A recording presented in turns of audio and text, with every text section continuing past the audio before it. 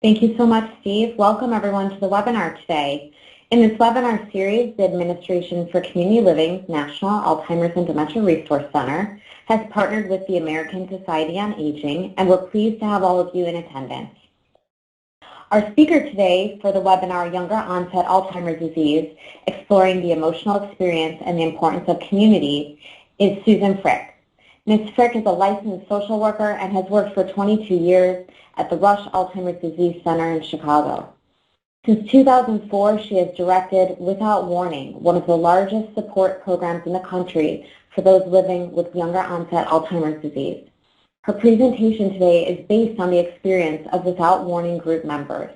I'm going to turn the floor over to Ms. Frick at this time so she can give us her presentation. Thank you so much, Sari, and thank you everyone for joining in today. This is a topic that is near and dear to my heart, and I'm glad there's so many people on the webinar today. I work at the Rush Alzheimer's Disease Center in Chicago. As Sari mentioned, I've been here 22 years, and we're one of 32 federally funded Alzheimer's centers across the country. We have a staff of over, I think it's about 160 people, and we focus on research as a heavy emphasis for us, also education, and then family care, which the Without Warning group would fall under that. And for over 15 years now, coming up close to 16, we've been running this support program because we were seeing so many more people in our clinic who were young, and we just didn't feel like there were resources specific to their needs. And so this group has been going since 2004, and we've average attendance at our monthly meetings can range, we've been as high as in the 80s, and right now we're averaging around 50 to 60 people, which is still large for a support program. And we break into 5 different groups at the same time, 2 groups for people with Alzheimer's disease and 3 to 4 groups for family members. We've had groups for the young children because and we'll talk about this, when you're talking about people who are young, there's also can be very young children still living in the house. And we currently also have a group going right now for what we refer to as the adult children.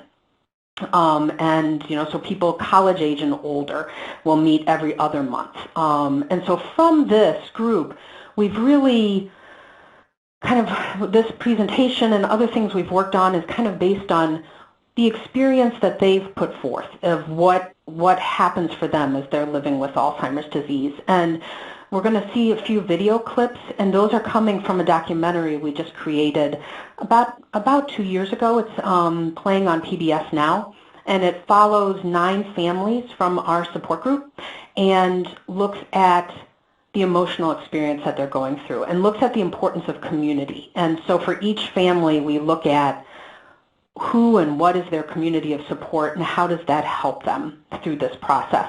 And so really a lot of what we're going to talk about in our call today is based on clips from the documentary and also experiences from the support group that we've heard. And so what really makes young onset different? And I'm sure a lot of you have worked with some people who are younger with Alzheimer's disease. You know, it's saying that people are 65 years of age or younger at about the time they're diagnosed, but that can kind of vary because people do go for diagnosis at different points in the experience for them.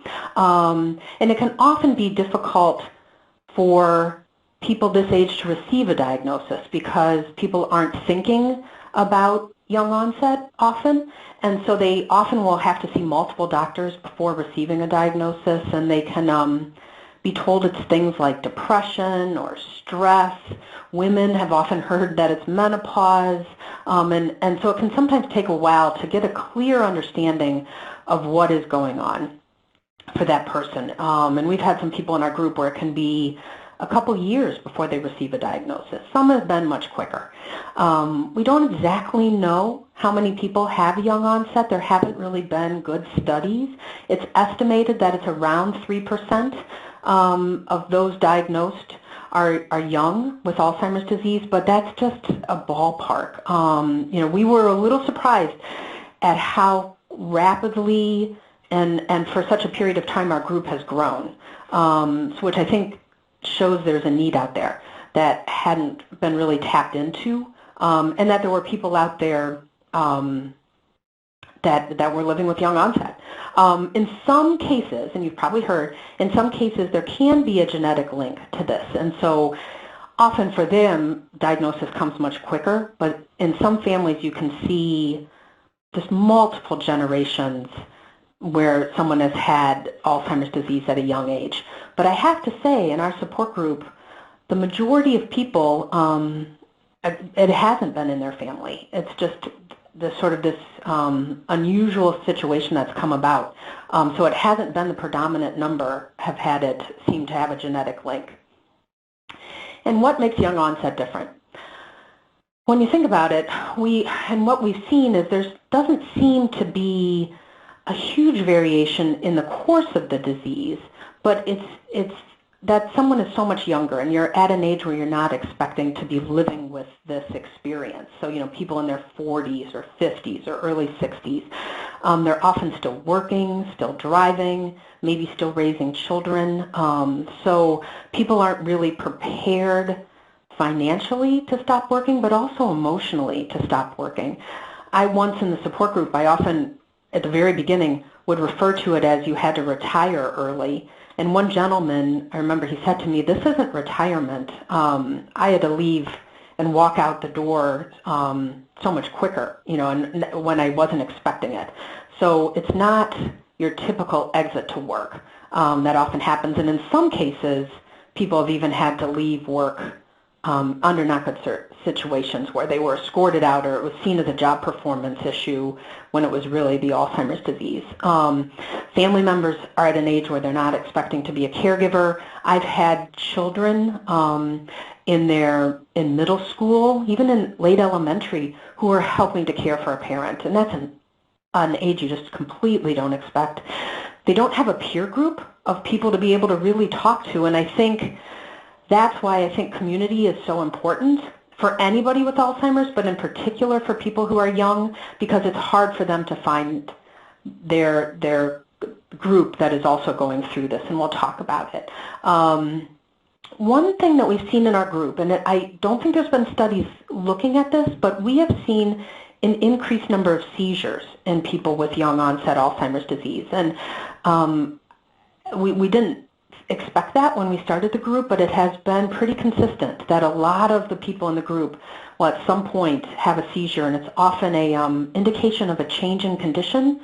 Sometimes they do a little better, like an almost rewiring, but it's often a decline after the seizure. And one thing, again, there haven't been good statistics on how many have it, what is the progression. Often anecdotally, people will say that people who are young progress faster, but we have not always seen that. We've seen it run the gamut, just like you see an older onset too. We've seen some who progress very quickly and some who can live with this for 10, 15 years. One thing I've heard physicians here at Rush say is that when you think about young onset, you're often thinking about a person who's very healthy and maybe not having other ailments that someone who's older with Alzheimer's would have. And so we've often seen people go through the entire course of Alzheimer's disease where we might not see that always in someone who's older because they can pass from something else.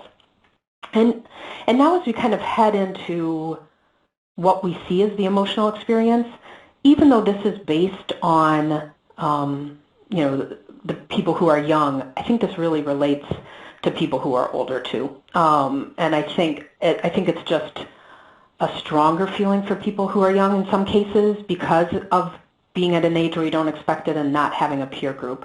But this painting that you're seeing on the PowerPoint here, we have several paintings that are based on conversation from our support group because we had a woman who was a minister and also an artist. And so she painted paintings based on the support group. And this was actually a painting done from my group, from people with Alzheimer's disease, because one gentleman said that to him, Alzheimer's disease felt like he had fallen into this pit. And he could see everyone back out there, but he just couldn't figure out how to get back to them. And so then our artist, Shauna, wrote words that people talked about. And I think as you look at those, you can see how loneliness, isolation, feeling different would be a strong emotion for people with Alzheimer's disease, because it comes about, and I've heard people with Alzheimer's, I had one woman with Alzheimer's say to me that the minute she received the diagnosis, people started treating her differently, that they didn't look at her the same, they spoke to her husband more than they spoke to her. So I think in whatever role we're working with families, if we're the family member or if we're professional staff around them, we want to keep in mind how lonely this can be for people and for the families too, which we'll talk about. And these are just some comments that people made in our support group who are living with Alzheimer's disease, saying like, I feel like I'm fading, that people still talk about Alzheimer's and it's a whispered disease. I've had people with Alzheimer's say that they wish almost that they had cancer as opposed to Alzheimer's, because people at least know how to talk about cancer. I had one woman say to me that no one ever asked her how Alzheimer's is for her. Like, no one asks her how she's doing or how this is going for her. And I think we have language to talk about other diseases, and I'm not sure we always think about using that for people with Alzheimer's disease too. And so I think people with Alzheimer's often feel that they're very, like this one person saying, they treat you like you have the plague, that people treat people differently because of this. And so I think we want to keep that in mind as we're thinking about people with Alzheimer's disease. And also family members have talked about feeling lonely. And I'm sure we see that in people who are younger and also people who are older as family members. But this was a painting based on conversation with families where they were talking about their social circles and how as the disease progressed, their social circles got smaller and smaller until it was just them and the person with Alzheimer's disease, which I think is a very limiting feeling. That they said, friends would often drift away, extended family might drift away too, and that they just felt very much alone. And so again, Shauna worked in words that families talked about in that support group. And I know it's kind of hard to see on the smaller slide, but abandon and grief and lonely and anger, and I think we often see this in the family members that we're working with. And so to think about how do we best support people who are living with this kind of feeling all the time. And so I always kind of think about Alzheimer's as I've talked with the people living with it and with their family members, that this is a very isolating feeling and that it causes people to feel alone and different. And I think what we have to weed out and think about all the time, my work before working here at the Alzheimer's Center was working in residential care settings, and I sure thought about it there too. And I also, both my parents had dementia, and so I think about it when they were still living and what I needed to do, that there's a loneliness that comes because of the disease, and that's often hard to combat, or it's sometimes hard to change.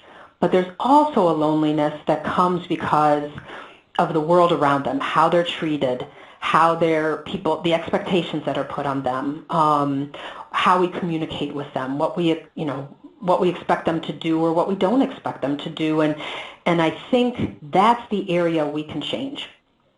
And so I'm always thinking about how, in whatever role we're in, when I'm running a support group, when I'm interacting with families here in the clinic, I'm constantly thinking about how do I make their world as supportive as possible and to create that community. I work hard in the support group to do that, but also within other areas when I'm working with residential care staff or, even in thinking about my own family and interacting with my parents when they were still living. How do we make that world as supportive as possible?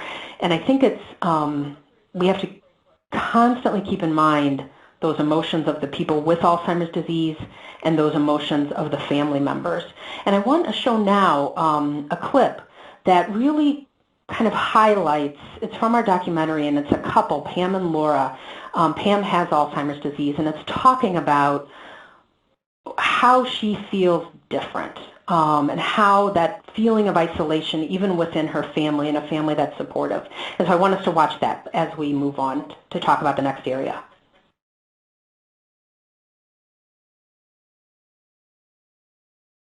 There are times when I feel like I'm secondary in this family, and that Laura has does all the decision making and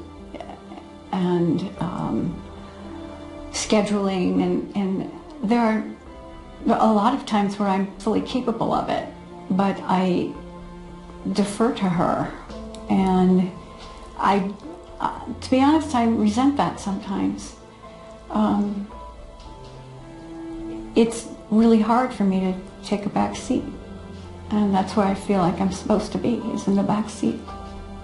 So there's times where I feel like, okay, I want to include her and I want to have her as part of this, but it's causing stress to have her as part of that decision, because there's things that have to get done, and I'll start pushing because we have to get a decision, and then it's just causing stress. So a lot of times I'm trying to pull away that stress that she's feeling by just taking care of it, just getting it done. I don't know, this disease makes me feel like there's a black cloud right over here, and that at any moment it could turn to thunder and lightning, and I'll just crumble.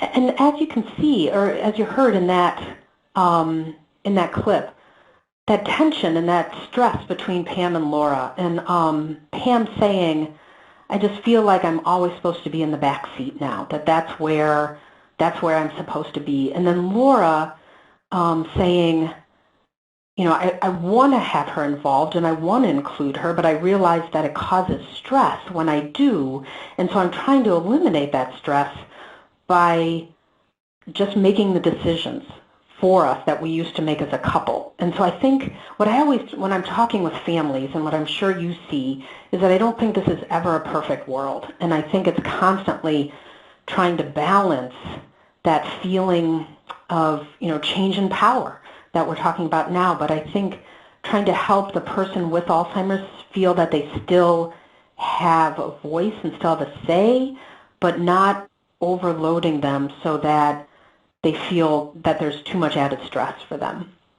And I hear from people with Alzheimer's all the time. This is probably one of the main things I hear from them, is the feeling of change in power, that they just don't feel like they have the same voice that they used to have. And I see it increased depression, increased feelings of isolation, loneliness, that it completely changes their relationships with others. And again, I think it's weeding out what's coming from the disease and what are we able to have control over. And I've had, since a lot of this is from people who are young onset, I've even had where children have had to be sort of the caregiver to the parent, and the parent saying, "I'm no longer the same with my kids that I used to be," and how that is. But every time I see that clip with Pam of her saying, "I feel like there's a cloud right over my shoulder, and that at any time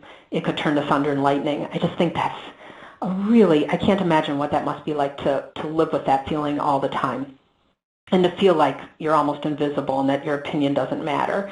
I had one person with Alzheimer's say to me, in our group, he said, "I'm now just the person who pushes the cart. When we go shopping, I don't make decisions anymore. I don't have, and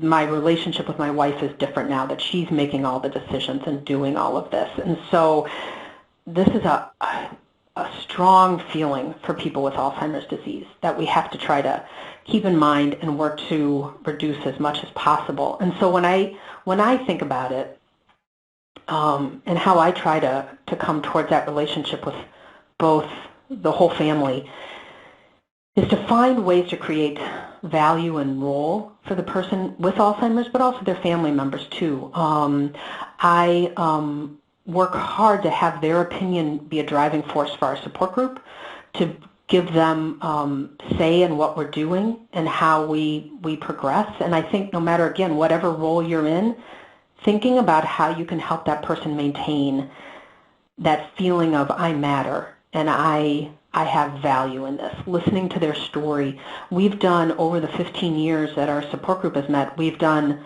a lot of public speaking where I have both the person with Alzheimer's disease and their family members speak. And it gives them, I've had one person say to me, this is my new job, that I'm helping educate others about Alzheimer's disease.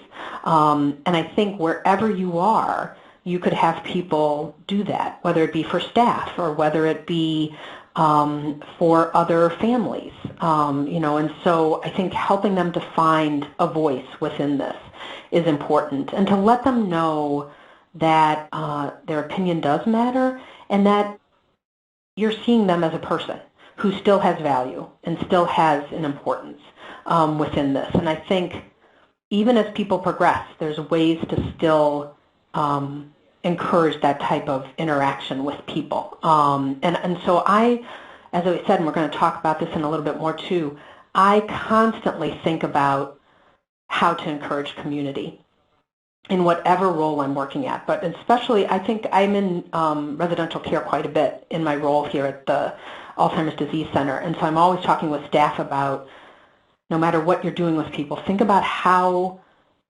you encourage them to be part of that group together. And we'll talk about that a bit more too.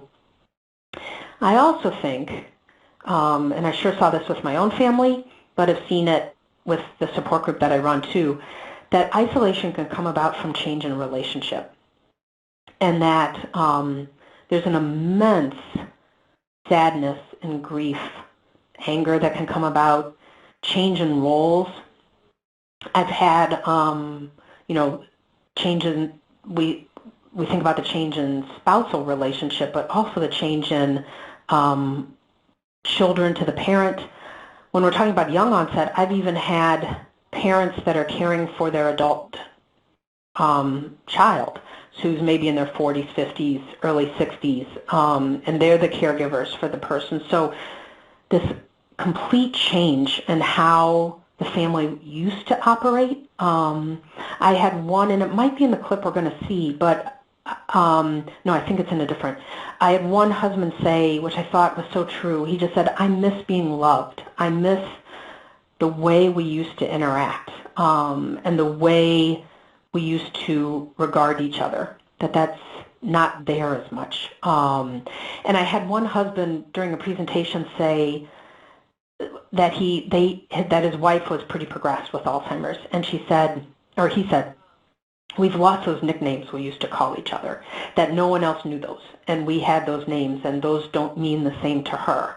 I sure had, with my own parents, when I'd be on the phone with my mom and realizing she didn't remember our relationship in the same way, and at times wouldn't remember who I was, and as things progressed, I could tell she wasn't responding to me in the same way she used to as a mom. And there's a grief and a sadness and a vast array of emotions that can come about from that. And we sure see that with the people too. And so I think in whatever role you're working, and if you're working with people with Alzheimer's, you're working with the entire family.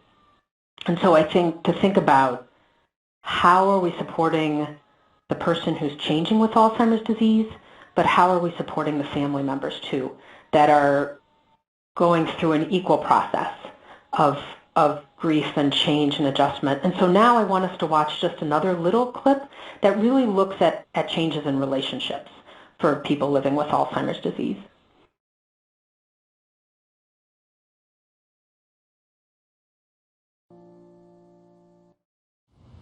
This painting, titled The Stage, depicts adjustments people have to make as they transition into becoming caregivers, learning to quietly do so much behind the scenes to support their loved one. Is never easy and not always perfect.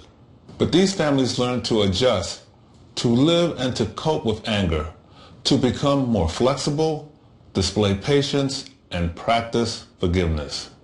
The hardest moments with her are probably when it's all of us at home and things are hectic, people are moving, and especially for dinner, she gets very confused and overwhelmed.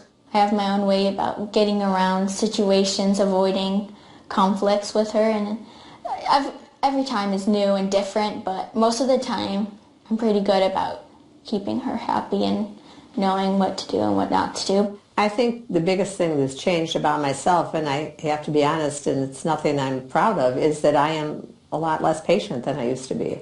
I thought I would handle this much better than I have. I'm impatient, I get angry, I get frustrated, I lash out sometimes, I feel guilty all the time. So those are things in ways I've changed, and I try to think about those and work on them. Pam isn't her Alzheimer's. We get frustrated with the disease. We get mad at the disease. We get irritated at the disease. Sometimes we direct it towards her. But then we stop and say, wait a minute, that's the disease that we're mad at. That's not Pam. We love Pam. That's just the disease taking control. We still love her. We still care for her. That love will never change. The disease will change, but the love will never change.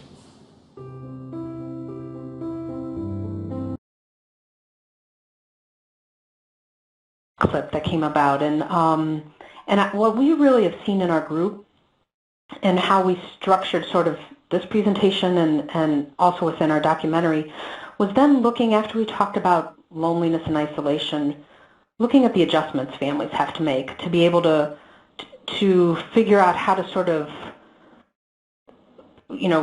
figure out how to live with this new experience. And like Allie talking about who's caring for her mom and was saying, I figured out ways to support her. And like I loved when she said, every day is new and different, but most times I can figure out ways to help her to feel relaxed and calm. And I think what I sure have seen with families in living with this is, and I've had one gentleman say it in our support group, that he said this was a disease that it was very difficult to plan ahead, that it was almost a reacting to, and that you are constantly having to respond to what's happening in that person now. And I think for families who are planners and like to kind of think out what's coming next, and which I think a lot of us have that, I think it's more difficult then when you're wanting to kind of know and be in control and know the next steps. And I think that's not an easy space to be in as a family member. And Nancy, who talked about caring for her husband, Mike, of saying she thought she'd handle this differently, that she thought she'd be able to be more patient, and that she felt guilty and stressed all the time. And I sure see that, and I'm sure you have too, see that in families who are living with this.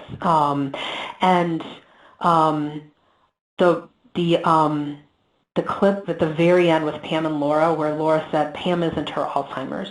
We get frustrated, we get angry, we get upset. And I loved when she said sometimes we direct it towards her, but then we try to change it up and realize this isn't her. And I think these are all those adjustments that families have to make. And the person with Alzheimer's makes adjustments too. But learning to figure out how do we find good in what is now. And that's not an easy step, especially if you're missing what used to be. But to try to find the good in what's happening now. And as Laura said, separating the disease from the person and realizing they're not doing things to upset you or because they don't want to. It's because something's happening, and finding ways to connect. And I think creating new routines for families is not easy, especially we're heading into holiday months. I think as things happen, we miss what used to be, and finding out how you can make it good as it is now, which takes an immense amount of flexibility and patience. And so I think more than three, but the three families we highlighted within that clip really show this issue of trying to figure out how we adjust. I had the people with Alzheimer's disease name our little support group. We had different names for our little groups, and they came up with the name The New Groove, which I thought was a great name because they said they were learning to be in that new space and to be in the new group. So they refer to that every time we meet of we're in our new groove right now. And so I then want us to think about, in the time that we have, community.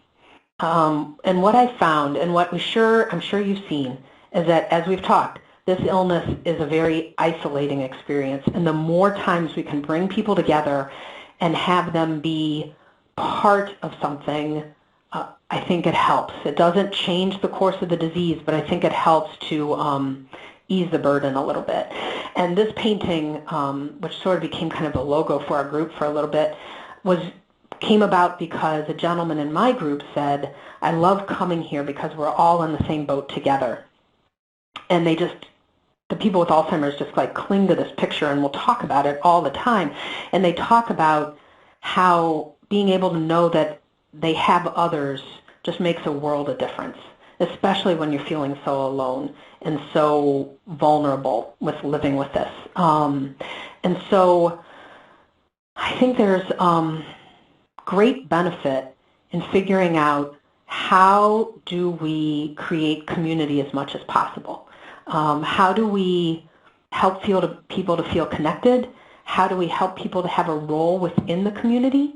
When I have our support group meet, I try to remember everyone's stories and bring those up and make them part of the group again, even if they're not able to verbalize. I had one gentleman who he had Alzheimer's disease and passed a few years ago, but had also been in AA, so had known the AA experience, and he talked about how you're only truly yourself when you're with people who understand and when you're in community. And for a while, he would say that every month for a couple of years. But then as his disease progressed, it became harder and harder for him to say that. But I would bring the story back, and I would bring it up and say, Tom, I remember when you used to say this. And he would be able to still be part of the group, even though his verbal skills were getting much more limited. So I would try to remember what each person's role was within the group and bring it back.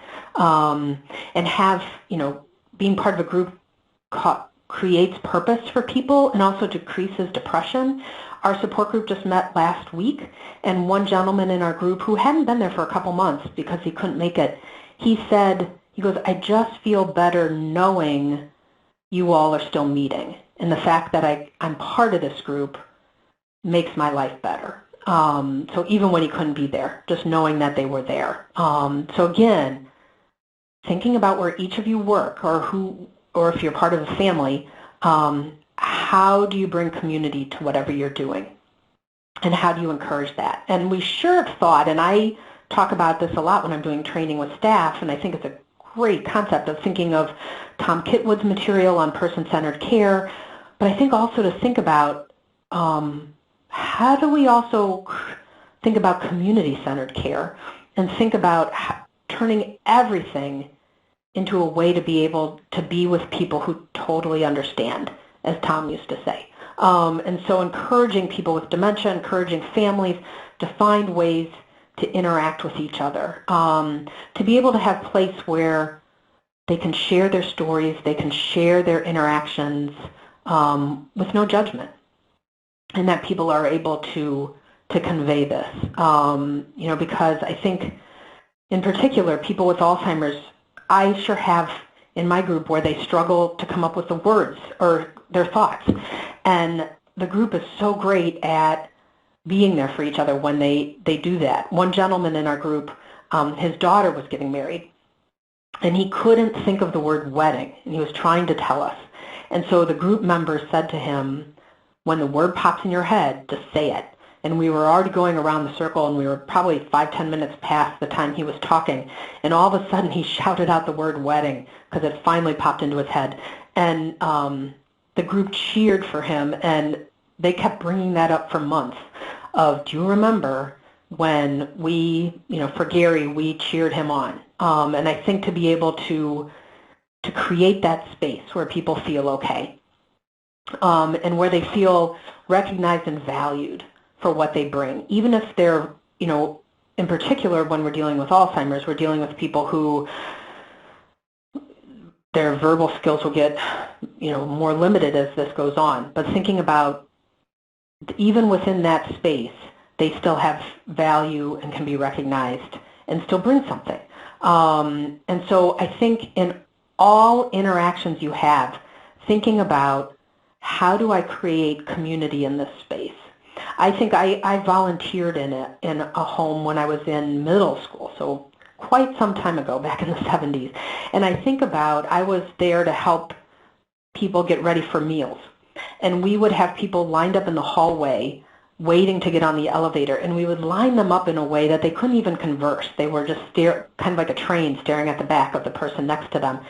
And we weren't thinking community at all. And I think what an opportunity we completely missed, that we weren't looking at that, wanting this to be a time when they could interact and they could visit. And, we've come a long way since those times. But I think even so, we constantly have to think about, are we encouraging community? One thing we do within our group, and I think it would almost be within other groups trying it, is we wear name tags where it's mainly the person's first name, but is really big. And they wear them in our group sessions all the time, and they actually ask for them now. When we go out on social outings, they'll say, can we have the name tags? Because it's a way to create community. And I think there could be other spaces that do that too, where it shows your name is important, and we want others to know what it is. So I think to think about that, and encouraging spaces where people feel supported and can enjoy each other's company. And even though in our support group we are talking about, probably tough issues, there's a lot of laughter in our group too. And I think finding ways to encourage that is helpful. And like one person that's quoted under the little picture here saying, I know I have Alzheimer's, but I have a lot of people who care for me. Thinking that, and maybe it's coming up in the next quote, that I know I'm in a space, I know what I'm living with, but I know I'm in a space where people are going to take care of me and it's going to be okay. I mean, I know people don't feel that way all the time, but I think if we can get to where they are able to express that at certain points, that's really good. And so I want us, for our final video, just to watch a segment on the importance of community and what it means to people that are living with this.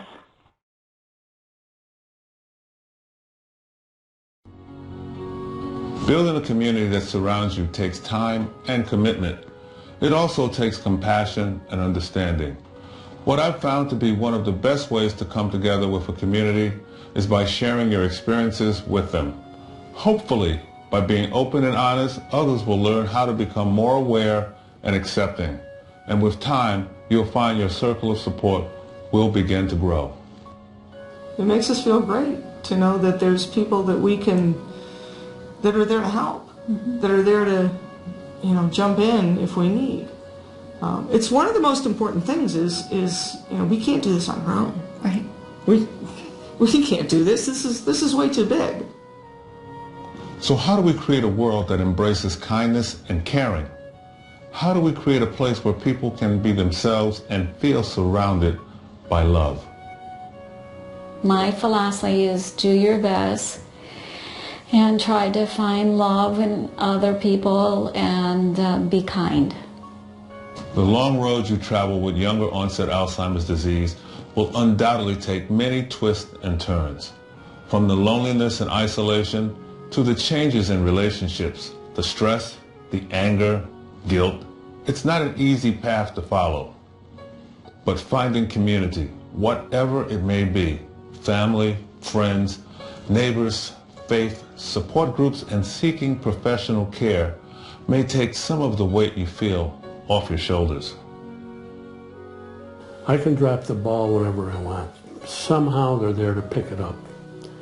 And so I don't fear anything, to tell you the truth. When they stand next to me, they know that anything can happen, and somehow I'd get through it.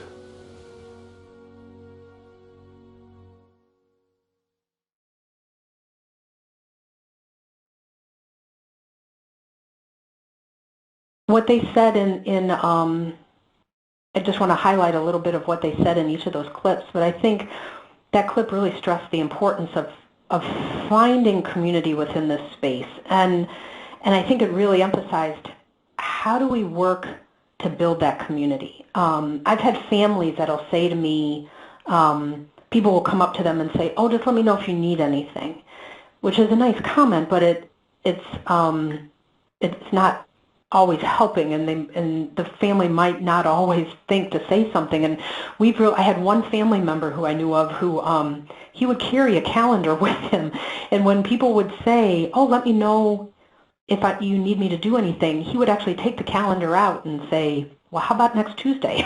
I could use something then. And the one family, Mike, who talked at the end there, his family was very large, and their community of support was their family.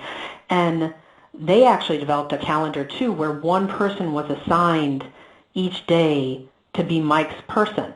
And they would be there to drive Mike around, to do anything he needed. And I think this disease, it's a rough experience to go through, but if we can figure out how to create community, to be around those people, whatever it is. And like Laura, I think, was saying, I know this is too big for just the two of us to handle alone, that we need more people. Laura created a Facebook page where she would put out, I need help with this, here's how things are going. She would give updates.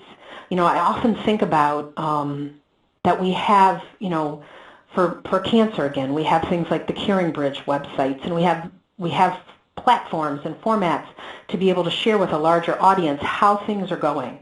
I don't think we always have that in regards to Alzheimer's disease, and to think about how do we check in on families, and how do we see what's going on for them and know what's happening. And I know it's not an easy thing, because this is a very slow, often not easy, to watch progression.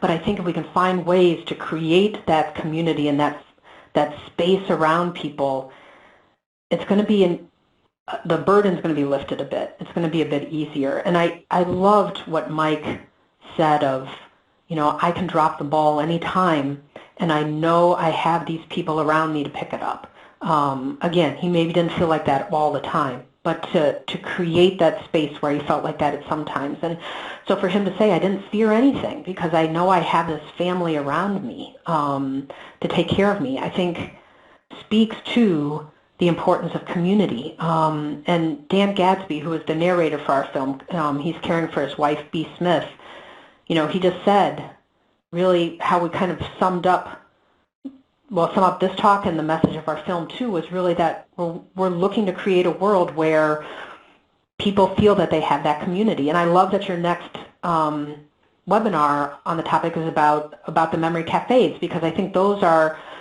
great, that are now cropping up all over and creating space and places where people can come and feel that they're connected to other people. And so, I think that's kind of our jobs, and whatever we're doing is thinking about how do we make those spaces for people in our roles and in the way we touch people with Alzheimer's disease and the family members. And so I just wanted to bring forth, kind of what we've learned from the Without Warning group. But I think even though they spoke from an area of young onset, I think it really responds to those living with Alzheimer's disease and probably other dementias too. And so I think I'll just end there, and then I think we'll open it up to questions. Great. Thank you so much, Susan. What a great presentation. We do have some questions that have come in already, and everyone should feel free to add questions as we start moving through those that have already arrived. You can enter those into the question and answer chat pod on your screen. We've had a few questions come in from folks who know that the video clips you showed were part of a larger video, but they don't have access to PDFs. So they were wondering if there's a way to get the video otherwise. There is, and actually my contact information that's up there, actually both websites would get you to it, but the bottom one, the toosoontoforget.net, We do have it available as a DVD right now. We we're working on getting it in the libraries to try to have it be more accessible, but it is available as a DVD for purchase. We're working on getting it onto Amazon Prime, but that has taken way longer than I thought it would. So I can't guarantee it's going to be on anytime soon, but we're working on it. So right now, probably the easiest way is the DVD. We have also created little vignettes on different topics because we had so much footage. And soon, I'm hoping we will also have it available subtitled in Spanish. We've just gotten that all done, and it should be up as the DVD pretty soon. Great, that's fantastic. We have a question come in that the person was wondering if a person with younger onset Alzheimer's disease wants to participate in Without Warning, is their family caregiver required to attend and vice versa?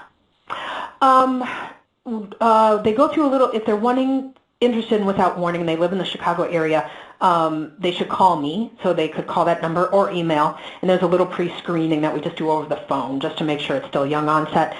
We have had on occasion people with the Alzheimer's come by themselves if they're able to be there independently, and we definitely have family members who come by themselves. We have actually families who continue to come after their loved one passed away.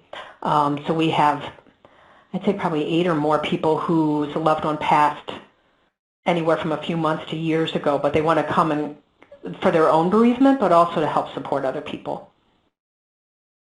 Great, thank you.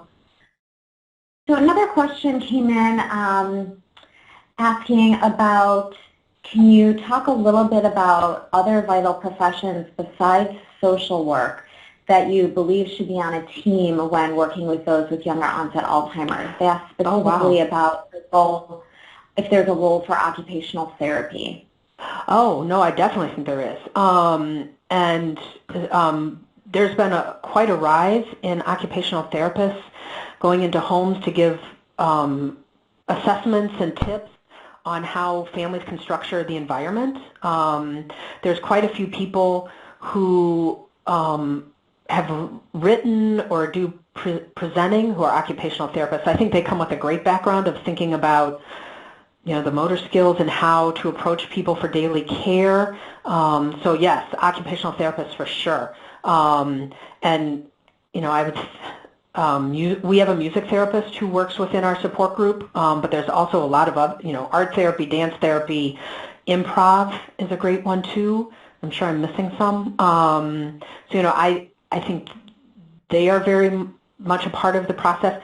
Activities and within residential settings, and also daycare and home care would be using activities also. I'm sure, and of course, nursing and physicians are part of it too. And I'm sure I'm missing some, but we've had quite a few people who, we also have chaplains. We have a large chaplain residency program here at Rush, and they help us run this, because we have 5 groups running at the same time, so we have a lot of need for people who can run groups, so we use chaplains from Rush. Even though we're not a faith-based group, they help with the group facilitating. Great, thank you. A few questions came in asking about how you transition people from your early stage group Without Warning to middle or late stage support type groups or other groups that may be more appropriate. Right. And that's a real tough one. And we are able to maintain people within the Without Warning program probably far longer than most support groups do, because we have the music therapist. And so we have actually people who have been on hospice and still continue in our group.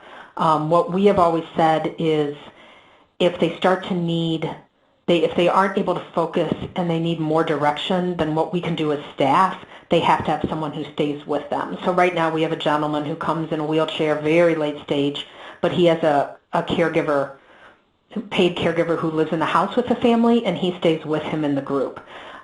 We have had to ask people at a certain point if they're not able to, if they don't seem to benefit from the group, or else if they are disrupting the group process, because we're not really an activity-driven group, it's a support group. So there have been times when we've had to talk with families about, we just don't think they're receiving the same benefit. Often families have self-selected, and they will, at some point, either the person gets placed or they will, they will not bring them to the group anymore because it's also stressful to them.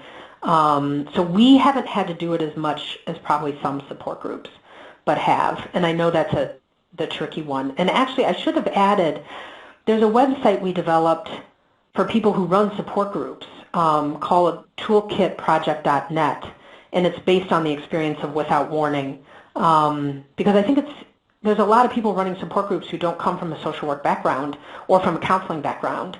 And so we put that together to kind of help give tips and suggestions, because it's not easy running support groups. Great, thank you.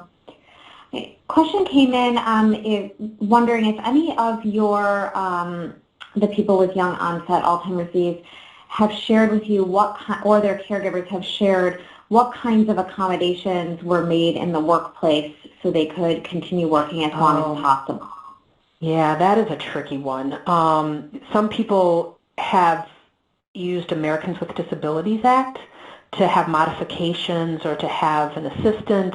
What we sure have seen is that there's a stress to staying at work, and we've often seen that at some point most people are going to have to stop because they just can't keep up. And we sure have seen people do a little bit better actually when they stop working, which is we can't make that call for people. Often by the time they contact us, they have already stopped working, typically, but not always. And so I have seen where, and it depends on if they've had the diagnosis while they're still working. Some people don't get the diagnosis until after they've left the job. Sometimes people will, we had a few people, one gentleman I'm thinking of who was a school teacher for special ed students, and they actually moved him into more of a teacher's aide role, but then even for a while, but then even at some point that didn't work and he needed to stop. So it's a tricky one, and it's so hard because for so many people, their identity, especially at this age, is so enmeshed with their work, and having it stop like that is rough. Great, thank you so much.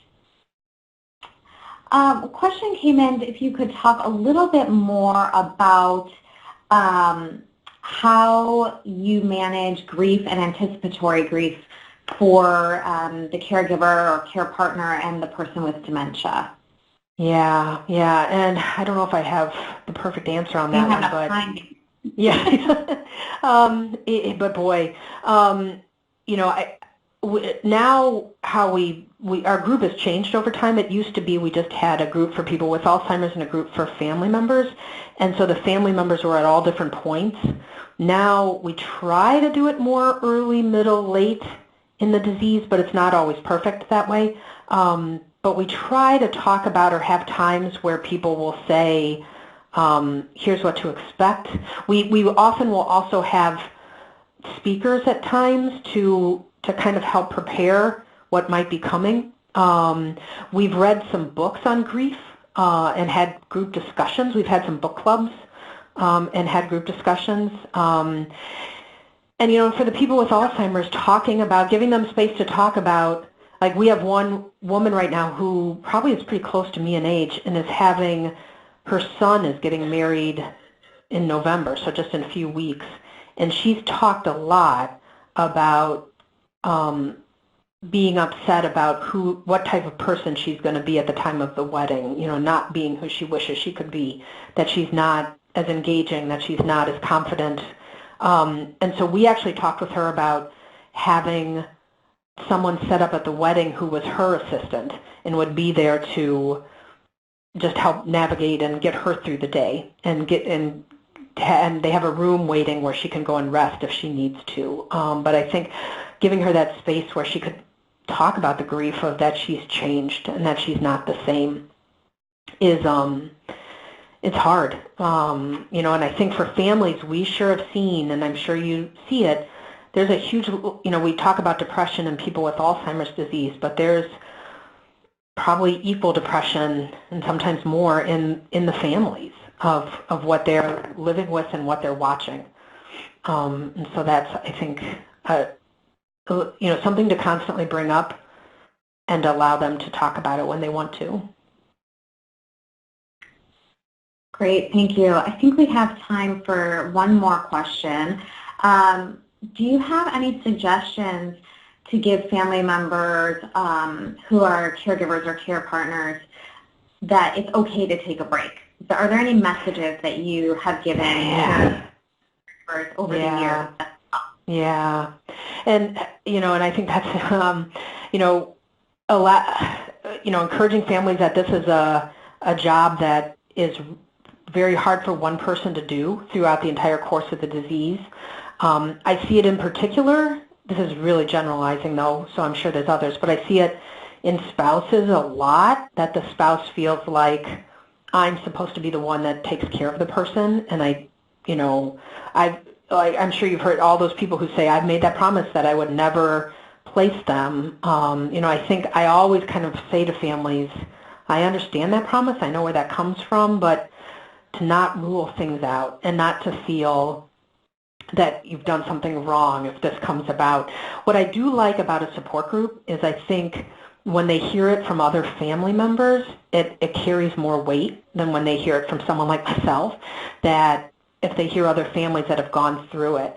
One thing we've done off and on in the years of our Without Warning program is develop sort of a buddy program or a mentor and have a family member kind of paired up with someone else that they can check in and see how things are going. Our group is so large that we put together a directory where families that's volunteer to join it, but then they know if they live within the area of other people, and we've had people who will meet for dinner. We have a group of women who meet for dinner once a month, are all caregivers, and check in on each other. So I think encouraging the community outside of our own community is important, because I think when they can hear it from someone else, it adds to its value. Great, thank you. Well, that's going to be our last question for our webinar today. I want to thank Susan Frick for her fantastic presentation and response to all your questions. And I just want to turn it over to Steve Morse for some final announcements regarding the webinar. And please join us November 20th for our Memory Cafes and Tete-a-Tete webinar as well. Steve? Okay. Thank you, everyone, for joining today's webinar.